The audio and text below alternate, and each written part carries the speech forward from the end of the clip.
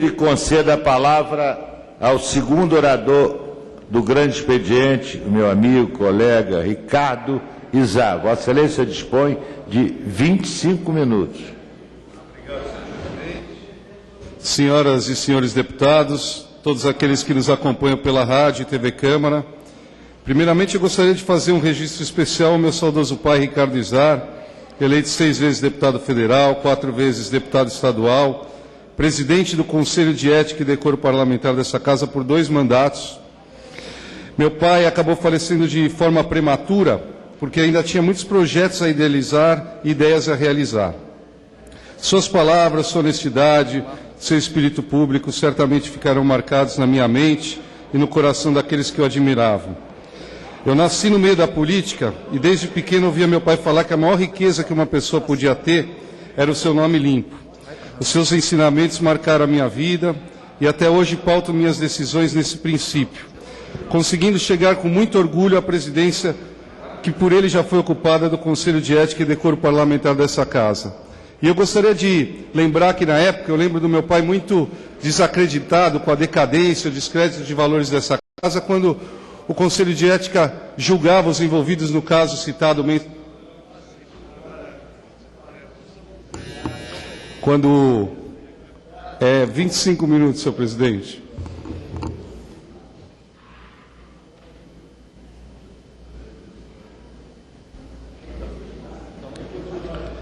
E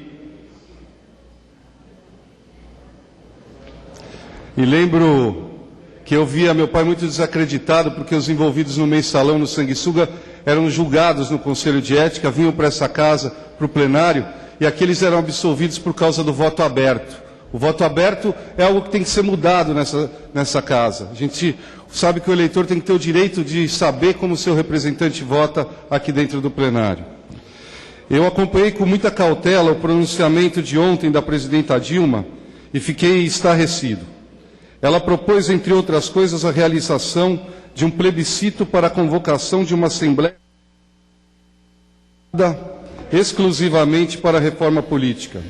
Além de ser inconstitucional, é caro e significa outro custo para o Estado.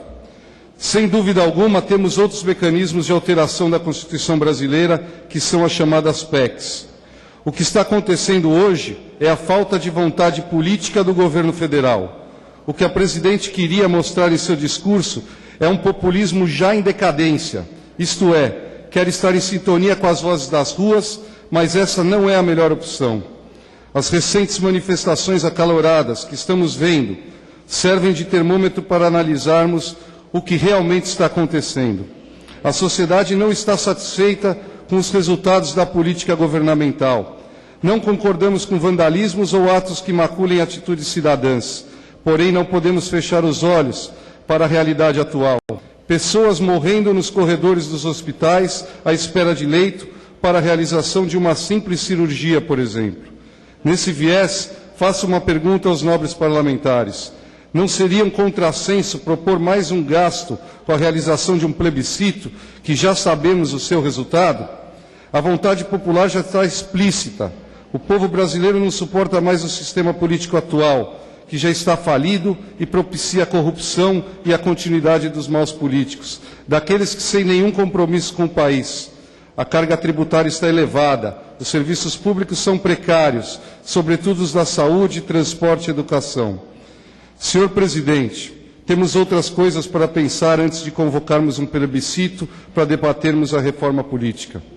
Esse é um tema bem amplo e existem pontos sem acordo e que precisam, primeiramente, ser resolvidos internamente.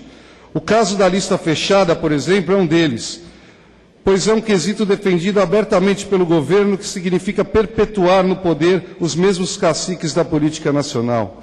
Votar na lista fechada significa dizer que quem comanda o partido vai continuar sempre no poder. A questão do financiamento público das campanhas eleitorais é outro engodo. Até parece que não vai ter caixa 2 com financiamento público de campanha.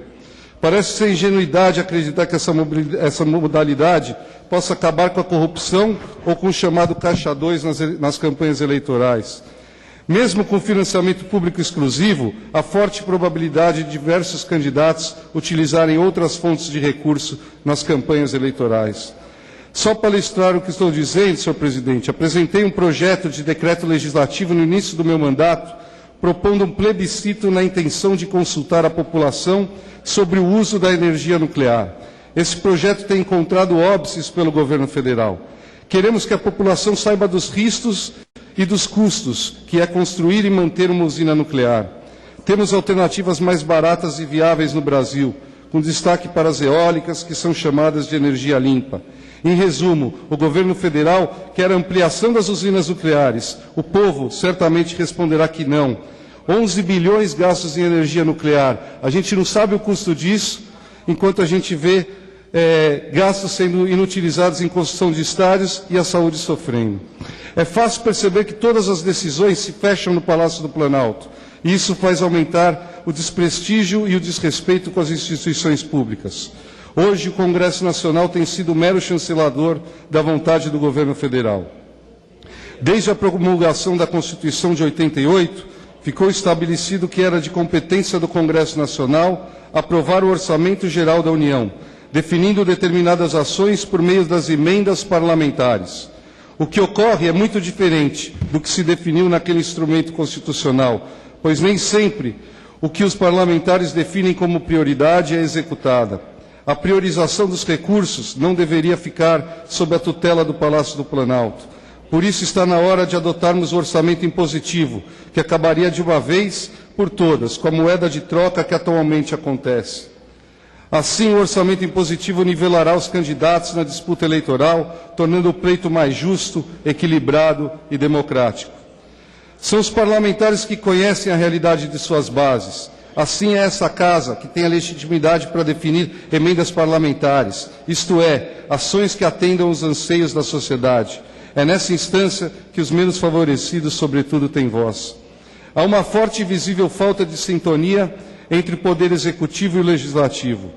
Vejamos o caso das interlocuções com os ministros de Estado. Eu estou, desde que eu tomei posse desse mandato, tentando marcar uma audiência com o ministro Padilha.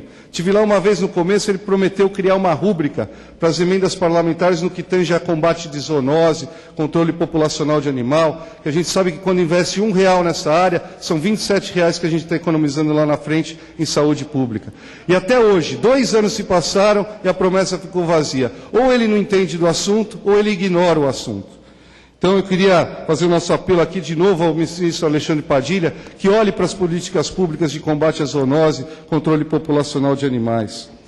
Não estamos pedindo nada demais, na verdade, estamos focando diretamente na saúde das pessoas. Como presidente da Frente Parlamentar Mista em Defesa dos Direitos Animais, estamos tendo a possibilidade de conviver com várias entidades que cuidam verdadeiramente dessa causa e que conhecem com profundidade seus problemas e suas consequências para a saúde humana.